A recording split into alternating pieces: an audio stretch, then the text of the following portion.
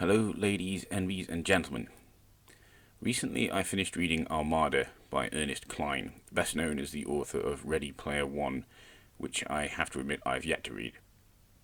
To give a fairly spoiler-free overview of this novel, it's the story of a teenager named Zach Lightman, a video game and science fiction addict who one day spots a spaceship from his favorite video game, Armada, in the sky.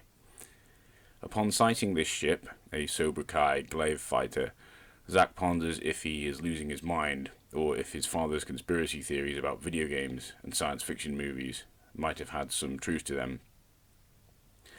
At times, reading Armada feels a bit like reading a movie, not least because this book has its own soundtrack, in the form of Zack's father's Raid the Arcade mixtape, the track listing of which is conveniently given to us at the end of the book.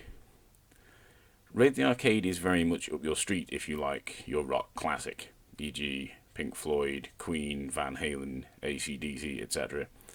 And a couple of kindly souls have put this playlist together on YouTube for those of us who wish to immerse ourselves in the world of Armada.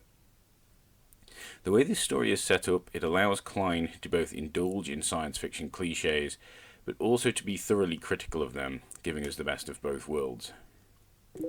Armada has been criticised by other reviewers for borrowing more than a little from other science fiction stories, but given the nature of the story, I find this to be forgivable, as it is, after all, supposed to be a book about fans of science fiction and the notion that their favourite movies and video games and so on might be real. The ever-recurring references to movies and TV shows such as Star Wars, The Last Starfighter and Battlestar Galactica are another way in which reading Armada can often feel like reading a movie.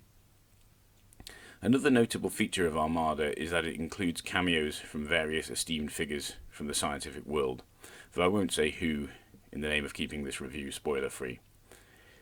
In my opinion, Armada achieves the feat of blending the far-fetched with the plausible and the serious with the silly.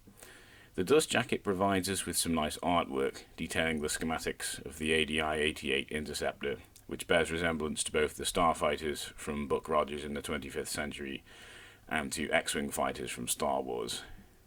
I get the impression that Armada is a book aimed at fans of video games and or science fiction, as it very much turns the idea that such things are a waste of time on its head.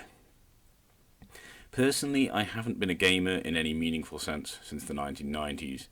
However, I've been a science fiction fan from childhood to the present day, and I was able to enjoy this book without getting too lost in any of the video game lingo. In conclusion, I'd recommend Armada to fans of video games and or science fiction and or classic rock, but perhaps not so much to people with little to no grasp of such things. Thanks for watching.